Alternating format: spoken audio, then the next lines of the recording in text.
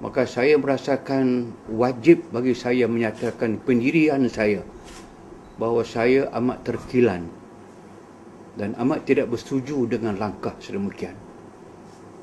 Kerana isu ini isu asas pokok yang paling besar dalam agama. Agama mana pun, tonggak yang paling besar ialah kepercayaan kepada Tuhan yang nak dia sembah. Kita Islam dengan Islam Allahnya, Kristian dengan Jesus Christ, God dengan Lordnya, begitu damai. Saya lihat dalam Bible ini, daripada halaman awalnya, daripada the first book of the Moses called Genesis ini, daripada chapter 1 lagi,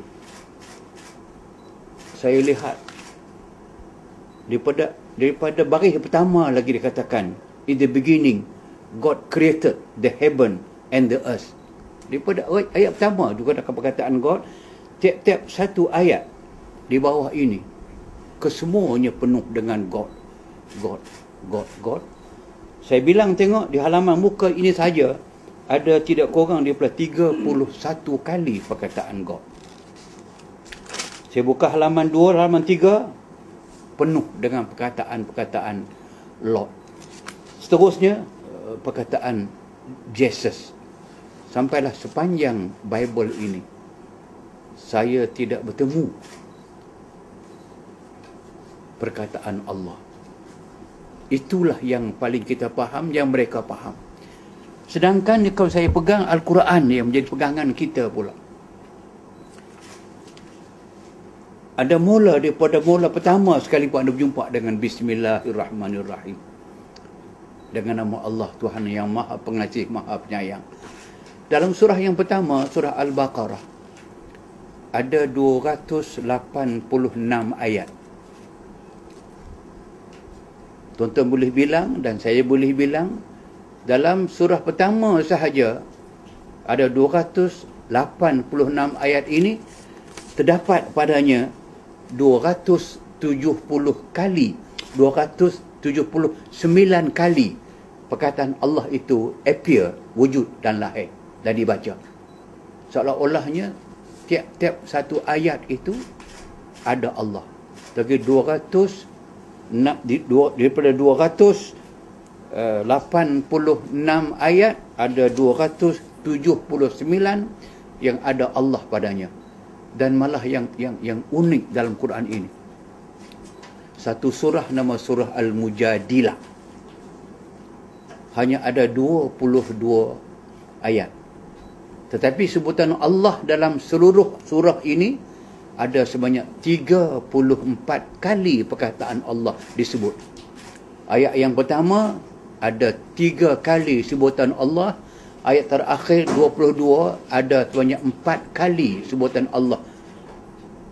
Nak menyatakan bahawa anda bukalah Quran yang seperti ini, yang ada color, sebab kita sengaja buat bahawa ada Allah Ta'ala, Allah sahaja ditanda merah.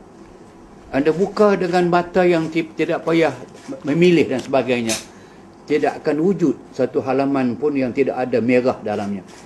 Yang merah itu adalah nama Allah, nama Allah, sampai akhirnya ribu-ribu kali. Dan menjadi satu daripada amalan hidup Islam ini. Allah itu berada bersama dengan kita pada bila-bila masa, dan kita sebut Allah sentiasa. Nak makan bismillah, nak berjalan bismillah, nak tidur bismillah. Sampai orang lahir ke dunia pun kita sambut dengan azan nama Allah. Orang nak mati pun kita mengajar la ilaha illallah. Itulah yang menjadi amalan-amalan kita selama ini. Dan inilah yang menjadi kebanggaan kita. Iman kita kepada Allah Subhanahu Wa Taala tidak berpisah. Kalau inilah yang telah berlaku selama ini. Islam memulakan agamanya. Seorang yang nak meluk agama Islam, dia tidak sah Islamnya, melainkan kena sebut syahadah. dalam syahadah itu diterang, asyhadu alla ilaha illallah wa asyhadu anna muhammadar rasulullah. Saya bersaksi, saya mengaku bahawasanya tiada Tuhan yang disembah dengan sebenarnya melainkan Allah, dan Muhammad itu adalah Rasulullah. Ini amalan kita, ini pegangan kita, dan ini kebanggaan kita.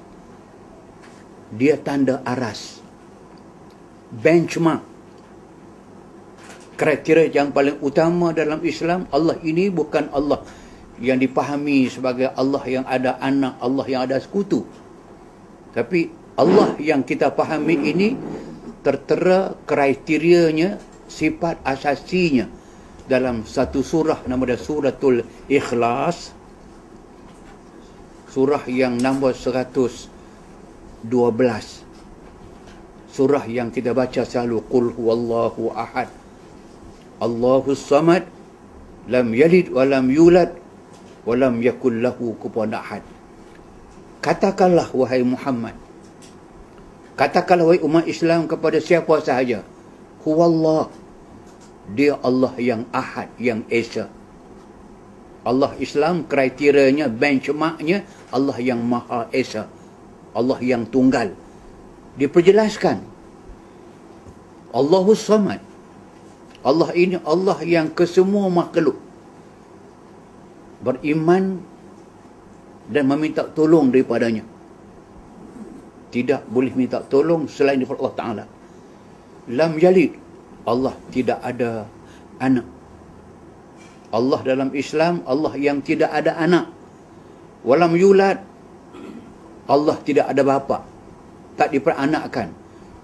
Ditutupkan dengan satu ayat yang cukup jelas, walam yakul lahu kufuwan ahad, Allah tidak ada sebarang bandingan dengannya, sebarang sekutu baginya.